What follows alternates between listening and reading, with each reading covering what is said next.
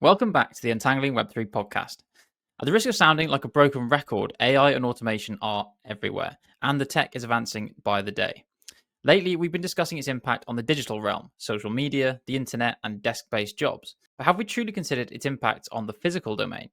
How are these technologies set to change how we do science, for example? Or how we discover, produce, and distribute medicine in a post-AI world? Today, we're delighted to welcome back a friend of the show, Aragorn Meulendijks. Today, he'll be helping us answer all of these questions and more. Aragorn, welcome back to the show. Hey, Jack. Hey, Alec. Wi-Fi's up and running.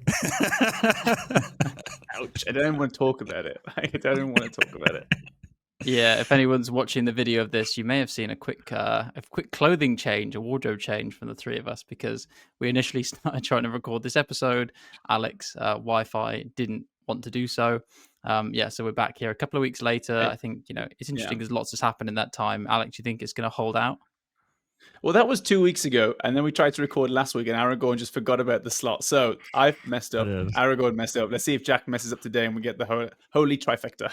No chance. We've got to have one of us being professional, right, guys? So Aragorn, it's genuinely it's so good to have you back. We obviously, we had a great first episode with you. I honestly can't remember how long ago now, at least a year, I think. And then we also had you join us in London for our event back in March, I think. So I don't know where the time's gone since then.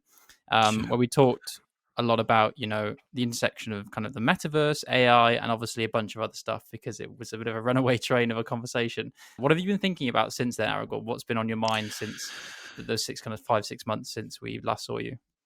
Well, what have I been thinking about? In all fairness, most of what I've been talking about has been how AI will kind of snowball into robotics, right? Because everybody's talking about AI, and I always feel like most of the people talking around it and most of the AI experts out there, they're always just talking about, the latest feature. Yesterday, we got Agent Builder from OpenAI, which is obviously massive. And now I can get, like, everybody's posting about that, right? But I always try to kind of look, to the next thing. And one of the biggest next things, I think, is robotics. Funny enough, 15 minutes ago, Figure actually launched their first kind of preview video of Figure 3, which is the third iteration of their humanoid robot, and they got $1 billion in funding this year. So I've been talking about that a lot. I've been thinking about, not really talking about, thinking about where things are headed with other fields of science as a result of AI. One of those is quantum. Another one is longevity, which is going extremely fast, much faster than I even anticipated. And I was already anticipating it to go, so fast that people thought it was crazy. Because China literally 2 weeks ago released a paper proving that they reversed aging in macaques, which are primates. So we moved from mice at the start of the year to macaques at the end of the year. And that is pretty much bona fide proof that we can reverse aging in humans as well. So that's crazy. And then finally, the next step for compute is also relevant, which is something I've been thinking about. So where are we going to go? Because we've hit the upper limits of traditional silicon chips. Everybody's talking about how ASML is the most powerful country in the world. And now I already saw somebody who made a video about a different company that's the most powerful company in the world because it's the company that supplies the parts to ASML. So obviously it's also the social media thing. But it is an interesting question, because we're definitely in, well, I sometimes refer to it as the second Cold War, right? We're now in a massive arms race between China and America, and Europe is not a part of it, because we literally managed to maneuver ourselves in the worst possible way at every turn. Our own worst enemy. Right, Aaron, you've talked about 6 different topics there. Let's dive into some of them. I want to start with robotics, because that's obviously my background, one of my primary drivers. We got to moderate you. You know you need moderating. I don't think we have a mute button on you, but maybe we should try and get one. That could be a feature request for the next time. Let's go start with robotics. Obviously, all anyone's been talking about, like you say, for the past 2-3 years has been ChatGPT, how to automate workflows, how to create digital content, all this kind of stuff. but not many people have been talking about robotics. And I think, as you said, that has been massively overlooked. We had Colin Fitzpatrick on here maybe like a year ago. And one of the lines he said, which really stuck with me, is like, you think the market for autonomous vehicles is big. Wait until you see the market for manual labor. And, you know, we've started to see these humanoid robots. You and I were talking about the foundation earlier, when that was kind of imagined like 100 years ago. But now there are videos, there are actual demonstrations of this potentially getting to mass manufacture, to everyday lives. Like, what is that going to mean for humanity? Yeah, what is that going to mean? Well, how philosophical are we allowed to go today? Because the thing is that, ultimately, I really believe that this is the point in time where we need to start thinking about post-scarcity. And that sounds crazy to people. Thinking the whole idea that we might have to kind of start considering what Star Trek economy really meant, because it's never really defined, it's something that a lot of people just can't wrap their head around. And whenever you try to bring it up, they'll be like, yeah, I mean, come on. But the idea that capitalism and a consumption economy, as we have in the modern world, is the end all of everything, is of course absurd, right? Recently, Chinese research has shown that a skull, or research has shown that a skull that was found in China in the 90s is actually a million years old, and it's a Homo sapiens skull. So before we thought Homo sapiens was 200,000 years old. Now we know we're 1 million years old. And in that time, literally the smallest sliver of that time was spent in democracy and capitalism. So we really have to seriously consider what that means. And if we bring robotics into the game, that will change everything. Because based on my estimation, so I looked at EVs, I looked at smartphones, I looked at EVs from other companies than Tesla. I looked at electric bicycles, electrified bikes, which is quite popular in the Netherlands, for example, right now, and some other products. And basically, I selected them based on either their kind of return on investment, how valuable is it to get one in your life, and what do they cost. And I tried to get a mix that on the one hand represents the potential cost of having a humanoid robot. And we know that, for example, Elon wants to sell his Optimus at around $40,000 when they come out. And the same goes for Figure, and the same goes for X1. And then on the other hand, you need to consider that an electric vehicle is in the same price range, but is much less convenient. The return on investment is significantly lower because it can only be used for one thing, and that's transportation, right? So it's more a humanoid robot, especially one that can get upgraded, is far more in line with the potential return on investment of a more versatile device like a smartphone, for example. And so if you bring all that data together, and I'm simplifying now, but you can kind of draw a comparison in how fast that adoption will go. And what most people do not want to believe, and they come up with all kinds of excuses why it's not possible, is that even though we only have a few 100,000 humanoid robots today, right? Figure just launched Figure 3, but their Figure 2 has been working in the BMW factory in Spartanburg for months now. It's going very well. Now they're launching robots in the that you can buy at home, because they found that these robots learn much faster when they're in a human home because it's messy. So they're going to start rolling out, and they expect to roll out about 100 to 200,000 in the next 24 months. So you think, well, okay, maybe we'll double the amount of robots we have. But if you extrapolate that kind of trend, and you do that for all 12 companies that I know of that are working on humanoid robots right now, and the investment going into that, and then the return of investment that brings, then you come to 150 million in 2030. And that brings you to 1.5 billion in 2035, right?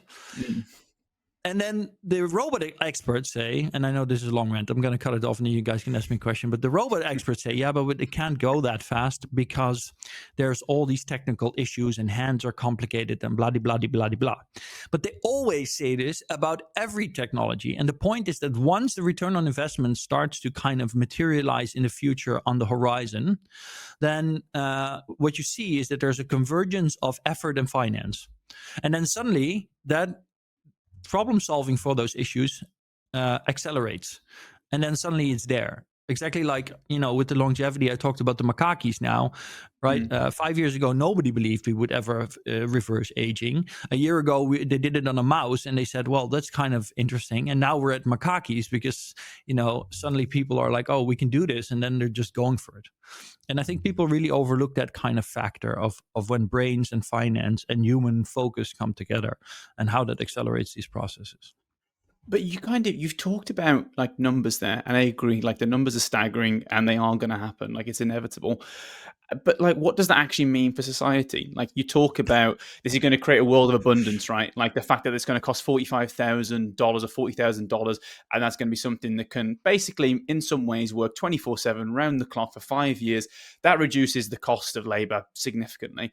But the people buying these aren't going to be maybe you or I, maybe they will be. It's going to be big corporations. So at the end of the day, that might mean everyday users potentially lose out on jobs, even if there is a world of abundance. What is that going to mean for society, do you think? Well, I think that it's just very simple economics. And if you put one and one together, you come to the conclusion, okay, there's going to be an increase in job loss from AI itself, not even robotics, right? I mean, Sam Altman, yesterday, he announced his agent builder, and today people are posting, oh, he just killed another 1,000 startups. And that's just the startups. Deloitte this week is paying back the government, I think, 400 million because they admitted using AI, and it wasn't perfect. McKinsey's letting go people. Like, there's all these industries and people that claimed, they would be last, and they are first to reduce their workforces. We're going to see a lot more of this.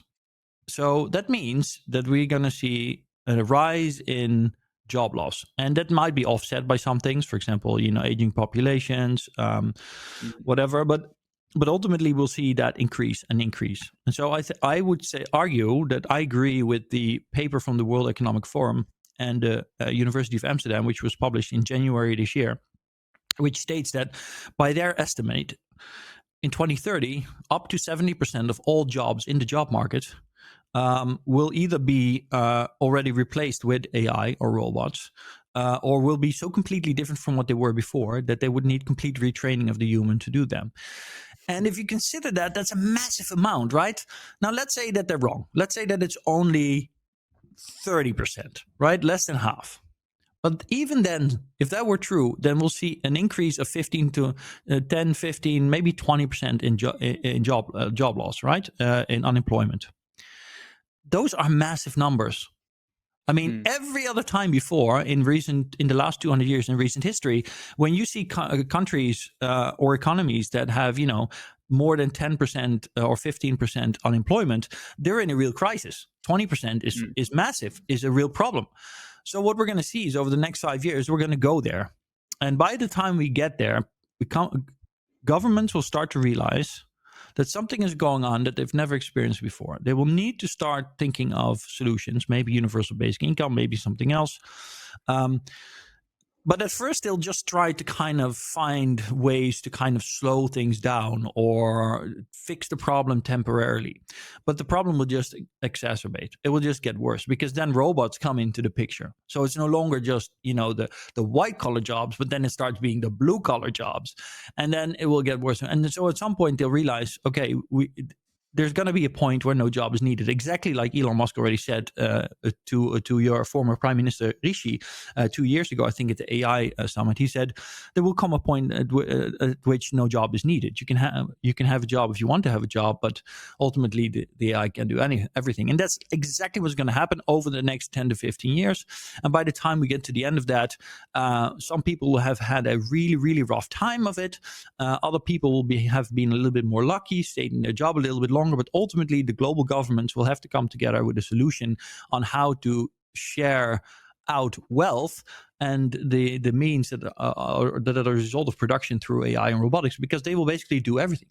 And then people say, yeah, but in the past, new jobs were created. Yeah, but when we created the spinning wheel or the steam engine, it wasn't so intelligent that it would learn every new job that was created out of that as well. right? So the only limiting factor here is going to be production. And when it comes to software, there's basically, sky's the limit. So the only thing slowing this down, in my opinion, will be the speed at which humanoid robots and other robots can be produced. Yeah, I think that people often use previous industrial revolutions or revolutions as like markers to be like, oh, it all worked out in the end. But like the last industrial revolution took place over 100 years with a much smaller population. This is going to take place, like you said, from 0 humanoid robots to hundreds of millions over the course of the next 5 to 10 years. So it's going to be 10 times more impactful in 10 times less times. It's going to be 100 times more impactful in a time where, bureaucracies are far more bureaucratic and decisions don't get made and people understand less and less about what the technology is. So yeah, I do think it is going to be a scary time in a lot of ways, but also maybe exciting. Unsure. Let's see what happens. Like if you trust the capitalist elites, then maybe you're in a good position. Everything's going to be fine. If not, who knows? This is kind of a conundrum always for me, because on the one hand, I introduce myself as a future historian now, which I think is a kind of a little play on the psychohistorians of Foundation. Obviously, if you hadn't realized yet, so now you'll extra appreciate this. And I would like to think that maybe this is the start of kind of a discipline like that, where instead of always looking back only, we start to more seriously look forward, and not just as futurists, but more as a kind of discipline. But on the one hand, that means that a continuation of the past or a repetition. But on the other hand, I also very strongly believe that we're experiencing something that, at least in known history, has never happened before to humanity. And therefore, we really have no comparison, no way to really understand what's happening to us and where things are going to go. And of course, Ray Kurzweil, etc., they talk about the singularity and how the acceleration of technology is at such a point that we can't even kind of comprehend what comes next. And I do also believe that. By the way, I've started to put a lot more stock into Peter Thiel's, which is not completely fleshed out, but he has this stagnation thesis.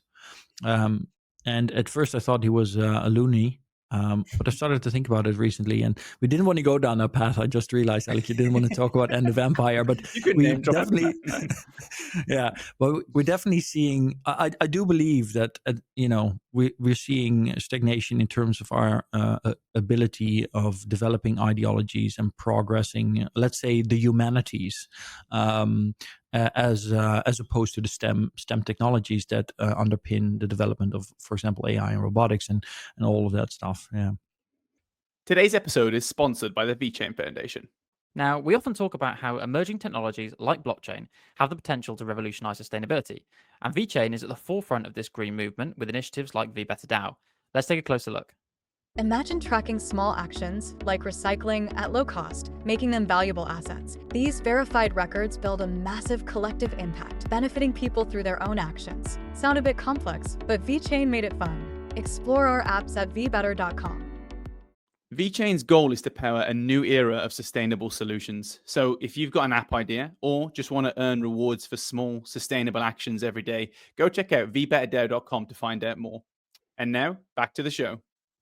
Well, yeah, Aragorn, this is obviously everything you say is kind of bringing a lot of questions into my mind, not least about what comes next, right? But before we get to that, I'm kind of interested in the path from here to that end state that you mentioned in however many 10, 20, 30 years it will be, where we have hundreds of thousands, millions of humanoid robots. Because if you take, I saw recently, maybe this week, that there was a lot of graffiti in, I think, New York, defacing advertising around one of these AI wearable pins. I think it was the Friend one, because there's obviously some resistance to the idea of AI replacing human connection, it seems. So what do you think the likely path is?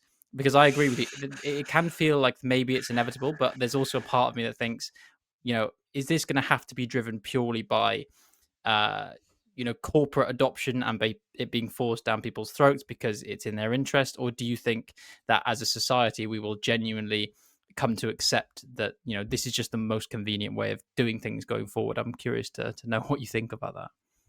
Yeah, Well, like I said, we don't really have any historical precedents for this in a real way. I mean, obviously, you could refer to like the stories, like the one Mustafa Suleiman starts with and ends with in his book, The Coming Wave. The burning of the what are they called? The dollies. What's a beautiful English name for them? The weaving machines.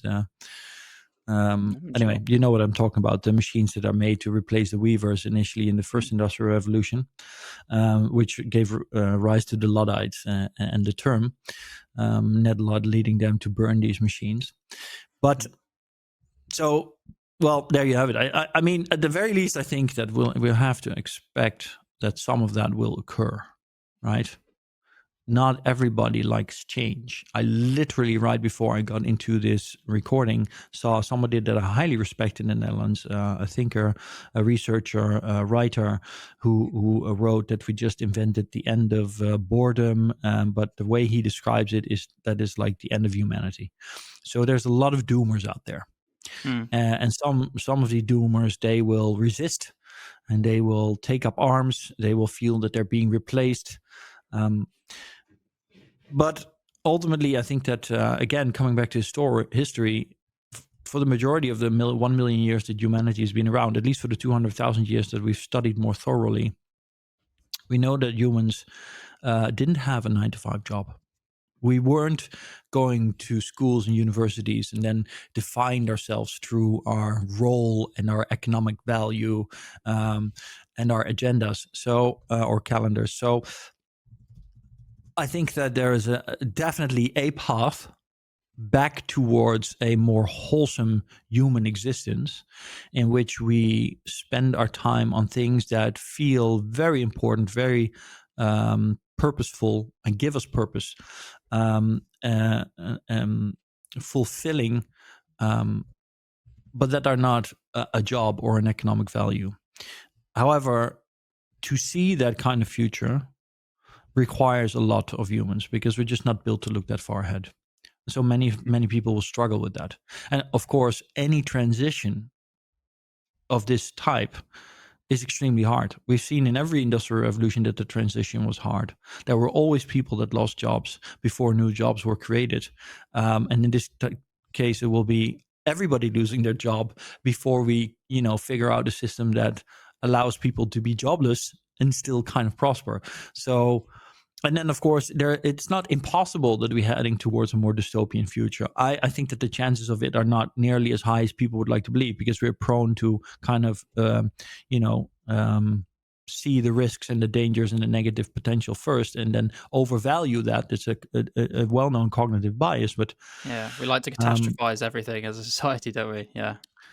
Yeah, exactly. And so we got the new Alien series on television, and you're like, 4 corporations ruling the world. This is exactly what's going to happen. People watching it are thinking like they're just going to take power from the governments because they have way more money. And you can see it now because Elon Musk Elon was not invited, but Zuckerberg and Nadella and they're all having, and Bezos, they're all having a lunch with Trump. And it's going on. They're taking over the world. We're survival creatures, right? We've been adapted over the course of millions of years to survive. So fear is a far more easy button to press and stimulate us than hope and curiosity and all this kind of stuff. So it makes sense that we kind of are driven by fear. I guess, one thing I want to mention, I completely agree with you. Like, there's going to be pushback. In the Foundation series, in the early iRobot books, he talks about the idea of, like, rather than left and right, we're going to have humanists and futurists. And some people will have to lose out short term for the benefit of society overall. Like, we look at productivity in the UK, you look at the NHS. Sure, if you ask someone, are you okay with robots replacing people? Most people will probably say no. But if you say, okay, well, what if we could bring wait times in a doctor's from 2 days down to 30 minutes by introducing a new type of nurse robot? Then they say, yes, it's all use case dependent, right? But on that kind of note, like, I want to talk about the scientific method, and this is something that you're very interested in. I saw an interview with Demis Hassabis, the CEO of DeepMind, and his definition for AGI is actually quite interesting. He says it's defined by AI being able to innovate, come up with a hypothesis, and then run a scientific method to kind of justify and prove that new hypothesis that hadn't been kind of theorized before. Is this an area you think is underappreciated, like science and research specifically? What kind of role can AI and robots play in this space? 100%. it's not just even the role that it can play; it's a role that it's already playing. I mean, there's a guy in the Netherlands called Jarno Duursma, and back here in the Netherlands, he's much more famous than me. He's a very often booked futurist. He's a great guy. I talk to him a lot. But he just made a post and he said, "Yeah, somebody in my audience asked me, ChatGPT, why should I pay for it?" And the conclusion of that question was that most people, the vast majority of people that are now kind of, starting to hear about AI and starting to consider using it, they don't even know the difference between, the different models. They don't know that ChatGPT has like GPT 4.0 and now it is 5, and before it was just a large language model and now it's a reasoning model, and it doesn't understand what the difference is between. They don't even know that there's a Claude, let alone that there's a Claude 4.5 Sonnet, and then a Claude 4.1 Opus and a Claude 4.5 Sonnet thinking, and and so they don't even know what the difference is between all this. And I think that is really the thing here, is that people just have no idea about that, and let alone that they know what's going on in other fields of science. If AI progress would stop today, right? If we would suddenly be in the 3-body problem, or in the remembrance of Earth kind of universe, and aliens send these 4-dimensional things over here so that we can no longer progress our science. Maybe they're making this too complicated for people, but that's another sci-fi theory. Then even with no progress being made, the implementation of the technologies that were created in the last 8 years would completely revolutionize our world over the next decade. Like I said, longevity. We're now seeing the first basically customized cancer vaccines being rolled out. A lot of that is to do with the proteins structures and the capabilities of AI of finding ways to turn this into medications that are now starting to make their way into actual consumer products, right? All of this has been going on. So our medicine is going to be revolutionized over the next 10 years. People are going to be significantly older, healthier, right? So what are we going to do with pensions? Even if we didn't have the robots, what are we going to do there? Although this might actually offset the problem in the job market, of course, because or would it? If people live, no, it would be the other way around, because people are living longer, they're staying healthier, so technically they could remain working, and then at the same time we'll have robotics. Anyway, so that's changing. I think that at some point we're going to see AI make its entry into other fields, maybe even like politics. But for now, we're already seeing it being used in science more and more. There's also problems with that. I think that the recent research showed that of the peer-reviewed papers being released every day now is actually increasing quite rapidly, the amount of them. But what's also increasing is the amount of them being written by AI, and therefore there being a lot of papers that have serious problems in them because there's complete bogus and in them, and people don't even know anymore. I hope that this will be like an early peak as a result of bad AI and people having bad etiquette and hygiene in using them, and then it will, that will plateau out or drop down again. But the Is speed. That likely? Because I feel like Aragorn, is that likely? Like, I guess like the models are going to improve, but like I've seen a lot of studies about people kind of becoming dependent on LLMs. Like even my ability to write is definitely degenerated because of my overuse of LLMs and ChatGPT. Is that a bad thing? Like, I don't know. It means I have time to focus on, say, more creative things, focus on things that are more productive rather than writing out an email and spending 10 minutes to summarize what I've done today. I'm not sure. But I don't think it's easy. Frees you up for your writing a book with the skill you've just lost. Right? Yeah, exactly. I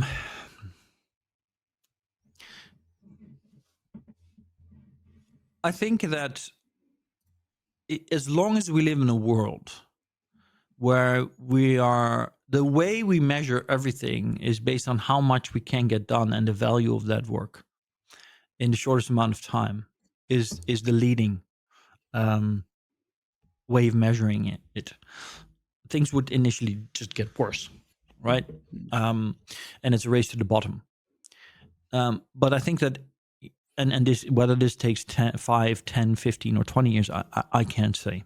But I guess once we start to realize that the world has changed forever, that we will live significantly longer, that we in that time that we live, we will have significantly more time to ourselves. And we're not rushing to keep some kind of infinitely growing economy going, which, by the way, is impossible, which is what capitalism is.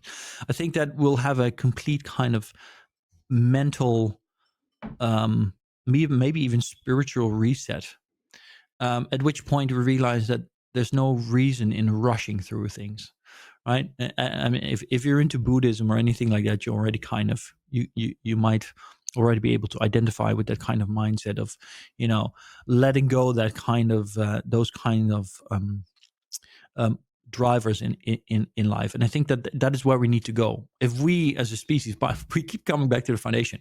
So in the series, they actually pretend that the second foundation, and this is spoilers, by the way, if anyone is listening to this and you've never read the books or watched the series, I'm going to spoil it for you. But in the series, they pretend the second foundation is just these mutant kind of psychic people that come together. But in the books, as you know, it's completely different. They're not just some random kind of mutations. No, there are people that saw a completely potentially different future for humanity, where we really develop both our emotional and our cognitive abilities to the point where they take us to a next kind of level of communication and thought processes. And I think that something like that could occur once we're placed in completely different circumstances. Of course, the problem we're facing, the three of us and everybody listening to this, is the transitional phase. We're the guinea pigs. I mean, okay, well, speaking of guinea pigs and mice and things, I want to dive a bit deeper into this topic of the use of, the automation of the scientific method, essentially, because you've hinted at that in the context of, aging, right, and how we can potentially stop that. But I think it'd be interesting if you can kind of lay the ground of how are we automating science currently, and potentially in the future, but even just the state of play, because I think it can mean so many different things, right? We've talked about robotics, we've talked about AI, which can mean like deep learning. I think when we talk about protein folding and things like that, we're talking about a very different kind of flavor of AI to the LLM, Gen AI type stuff that we're talking about with what's happening on the internet. So yeah, do you you must be following these things quite closely. What are the kind of big developments in the field? Well, for biological sciences, etc. I mean, yeah. On the one hand, these are different flavors of AI. You're correct, and in fact, to some extent, they're completely different models. But a lot of the a lot of the learnings, right, that are occurring can be applied in both fields, right? The AlphaFold and what's going on at Google DeepMind is definitely benefiting from the massive, rapid development of interest in AI in general. Mm-hmm. And because of the massive investment in AI, this is also a thing. Like the finance bros don't understand the difference between a large language model and a reasoning model, right? So if you, obviously there's some VCs out there that do, but a lot of them don't. So, they get pitched like, oh, we got this great idea for an AI. And if we do this, then we're going to be able to, generate new medicines like Ozempic, but we're going to be able to do it in half the time. And we're going to do a lot more, and we can do it a lot cheaper. So we're going to make billions, boys. And they're like, oh yeah, let's go. I want to get rich. So there's so much investment going into AI that a lot of these other models are getting a lot of love in that sense. And so, like you said, with the current models, they, for example, did the AlphaFold gave us 200 million proteins. It's 1 billion years of PhD time saved. Demis Hassabis said this. You probably know this. And so this is, on the one hand, is creativity, right? Because being able to predict these protein structures is some kind of a creativity, right? And also, in some sense, a very deep understanding of beyond what humans are capable of what comes into play when these structures are folded. But it's not quite on the level yet of a human, coming up with a radical new idea for how the, how physics or anything works. Like it's not yet on the level of where Albert Einstein comes up with general relativity. And so the question there is, what is required for an AI to do that? And the skeptics right now say that AI cannot do it. But when they put mathematicians up against some of the best AI models recently to solve some of the more complex problems, the AI did ridiculously well, to the point where the math geniuses were like, holy shit, we never expected this.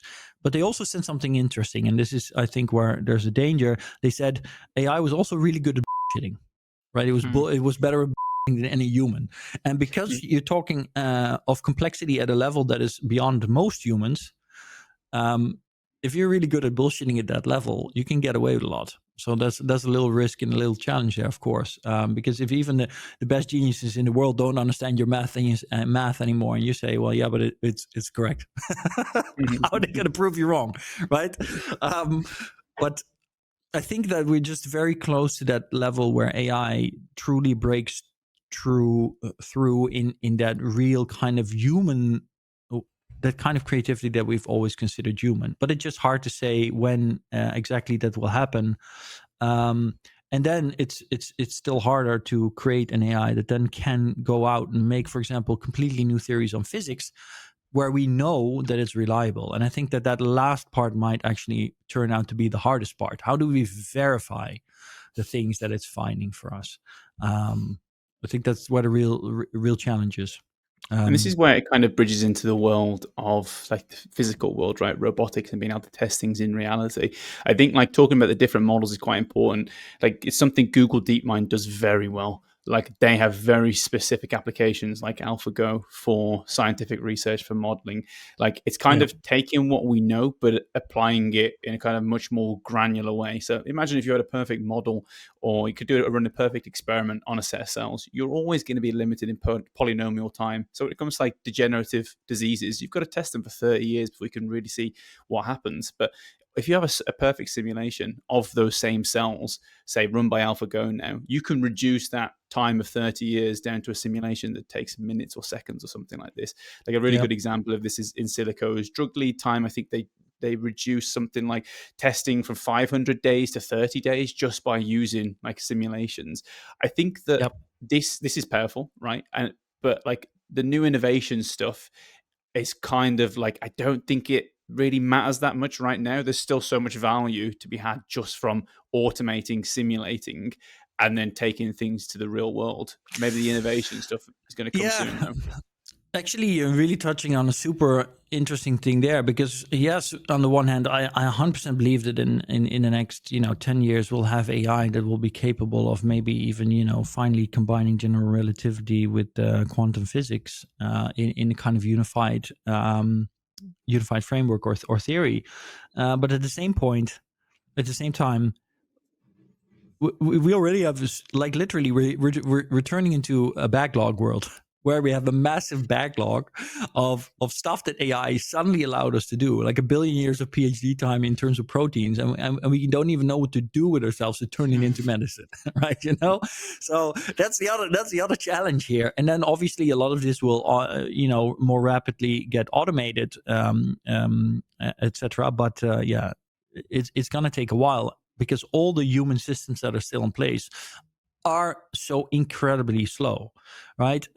Even just the bureaucracy, even if AI would not only be able to come up with a new protein thing, I keep coming back to that example because it's easy, but and if we could turn it into a medication instantly as well with AI, right? Even then it would still have to go into trials and policies that would have to be passed, and then it would have to be allowed on the market, and then Americans would try to keep it off the market so they can come up with a different version that they can ask more money for a while.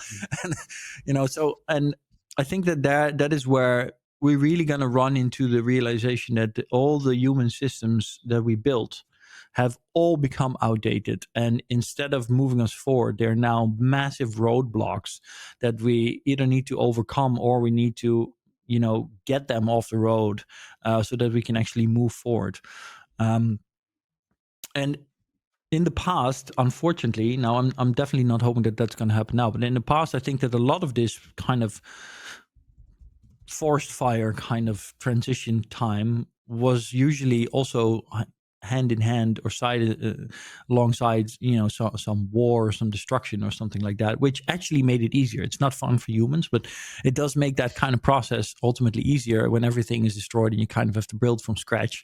You have to start a new country or something like that. Well, I was just going to ask you, I'm going to kind of, move towards the future, but, on that point, I really like the bringing up the point that we don't know how to apply these technologies necessarily and what to apply them to. Like what is the problem space that we should be applying these to? Let know, what can we apply it to? And I think that's where science is really interesting as a field, because you could argue that it's one of the better fields to be using AI, because you always test things empirically, right? So you have some quite, when you talk about physical theories, you tend to have good ways of verifying them, right, by experiment. Yeah. The problem is that empiricism advantage kind of goes away the bigger the problem becomes, right? The bigger the problem you're trying to solve. Like if we were talking about the Large Hadron Collider experiments having been, we're just going to test out this AI theory, then I think people will be a lot more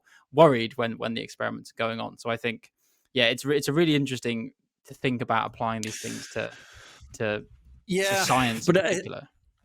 I think the thing with AI here is that we still, again, people just are looking at it and it's like, oh, it's a toaster.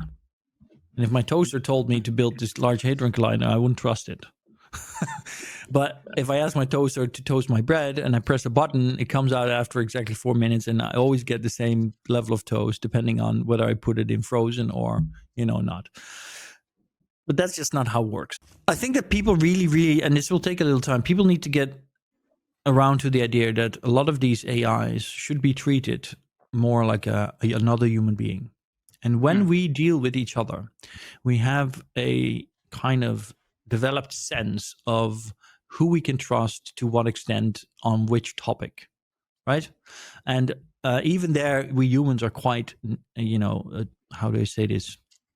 Not perfect, because we like to think that, for example, I like to think that Alec is a really nice and trustworthy guy. But when we really look into the science, we know that really depends on the circumstances.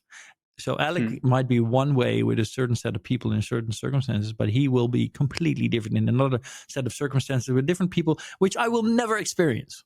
But we know that there's actually a lot less consistency there than we think there is. But for humans to be able to successfully interact with each other, we kind of need to have these set beliefs. But now when it comes to AI, we're kind of completely in the blue, and we just don't trust it because we're not used to it and we don't know how to deal with it. And so I think that you'll see two movements. On the one hand, you'll see the growing ability of people getting used to AI, starting to trust it more, treat it more like another human being, kind of get this intuitive kind of ability to decide on when to trust it, when not, when to double check it. And on the other hand, we'll have the technological development of increasing methods of really making sure that what the AI gives us is reliable. And Google just released, what's it called? I think it's, I forgot the name, but they released this, or was it Microsoft? Man, there's so much information. Sometimes I mix it all up. But one of the two basically released a whole new platform that is basically a special AI kind of set of experts built to continuously fix and update things in your software infrastructure. So it can completely autonomously do things because they build it so that it would never do something that can harm your system, because there's all these checks and balances built into it where it double checks its own conclusions, double checks its own solutions, etc., etc. And that is what we'll see more and more, because there's a massive demand for that. And so then we'll get to a point where, you can trust the AI 99.999% of the time. And for all intents and purposes, that's perfectly fine. And then we can, allow it to build a new Hadron Collider, or we can allow it to run. We can give it the nuclear weapons, right? Yeah, well, like AI is also the reason that we went from only a nanosecond of fusion, running a fusion power plant, to running it for 22 minutes straight with positive energy output.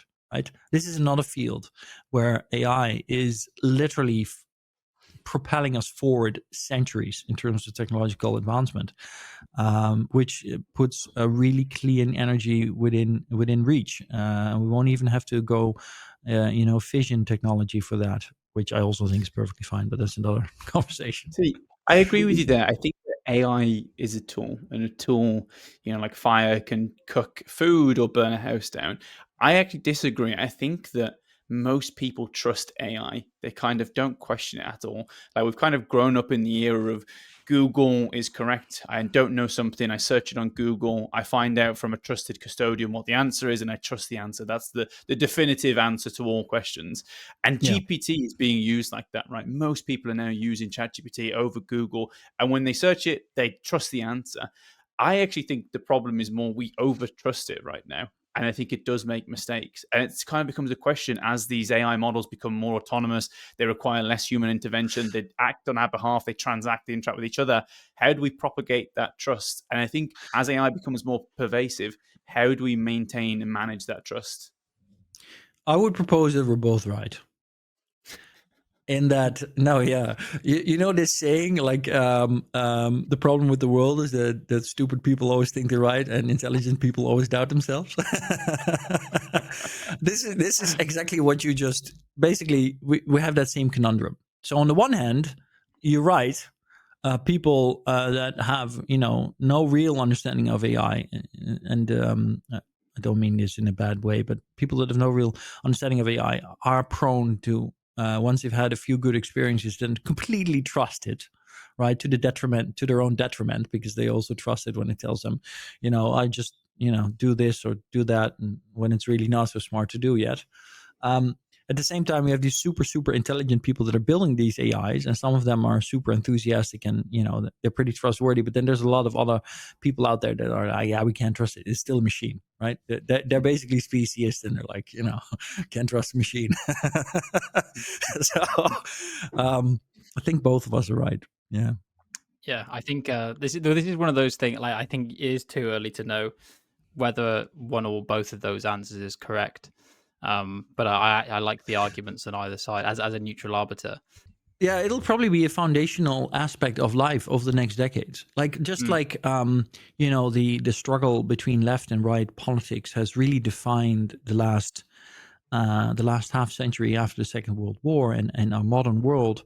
I think this, and of course, the struggle between the West and the first, second, and third world countries, and this development. This is going to be another really kind of pivotal struggle. Like, obviously, there's going to be a point where people will be like, "Oh, does AI and robots need to get rights?" Right? And some people will argue in favor, and other people will argue against. Famously, Elon Musk and Larry Page were friends, and one of the things they fell out over, I don't know if this is true, but this is what I've heard and been told, is that Larry Page called Elon Musk a speciesist because Elon said that machines will always have to serve humanity, right? So this argument has already started. And it's because obviously that argument has been thought about in the likes of Foundation and pretty much all the AI robotics literature that we've ever mentioned.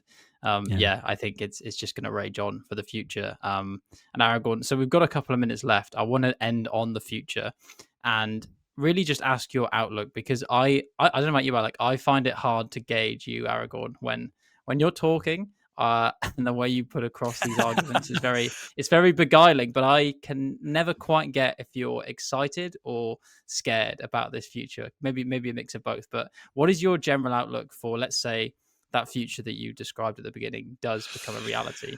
Are you leaving the planet? What are you doing? I think your gut feeling is quite good there. I wouldn't necessarily say that I'm scared, because I don't necessarily think that being scared or afraid or fearful is useful beyond the point of being more aware of both good and bad outcomes. So I would argue that I'm generally optimistic, but I'm very aware of the incredible ways all of this can go wrong. And I would argue that I'm probably far more aware than most people are of the scale at which it can go off the rails. So that means that although I wake up pretty optimistic every day, and I dream of a future of having my own robot companion and spending more time in virtual realities and simulations, like having these novel experiences and seeing humanity move into the stars, but also into the metaverse. And the fact that I believe that I have a real possibility of being there for it for the next, 150 years, maybe even still. At the same time, and I hate to say this, I kind of don't want to say it in the end of the show, but I'm just kind of waiting for something horrible to happen as well as a part of that transition. And that kind of fills me with a little bit of dread sometimes. And I think that that's what you're sensing in when I'm talking. But I believe that the reality that will be is the reality that we choose to, and I hate this Gen Z phrase, but manifest. So obviously it's not so simple as that all of us deciding that this is going to happen and then poof, it's going to happen. But I do really believe that, and there's a lot of science to back this up, that what we focus on, the things that we really want to see happen, are ultimately much more likely to happen than the things than anything else. And so if we start massively focusing on all the things that could possibly go wrong, and in today's world that might be a little bit more likely, I don't know, than 100 years ago, I'm not sure how to judge that, but then maybe it will go wrong. But at the same time, as long as there's people like you guys inviting me on shows like this to talk about it, that can help people see all the wonderful potential utopian things that might be in store for us, then maybe we can tip the scales a little bit, just enough so that we can make it into this wonderful new world. Oh, thank God you ended on a nice, hopeful note there. I thought that was going to be really sad. That's a great way to end. We love it. Like, I love the technology. I get it. There's a lot of scary things that could happen, but there's also so many exciting things that are happening now and probably will continue to happen. I do overall believe in humanity, and I think we will be fine. So let's roll those dice, baby. Aragorn, it's always a pleasure. Thanks for coming on. This has been an epic conversation. We talked about AI, robotics. Isn't it always? Kind of got the automation of science in there, lots of things about the foundation, obviously, and manifest your destiny. I was not expecting that, but thanks, Aragorn. It's been an absolute pleasure. We'll have to get you on again ASAP. And thanks for those listening, wherever you may be. Join us next time to untangle a little more of Web3.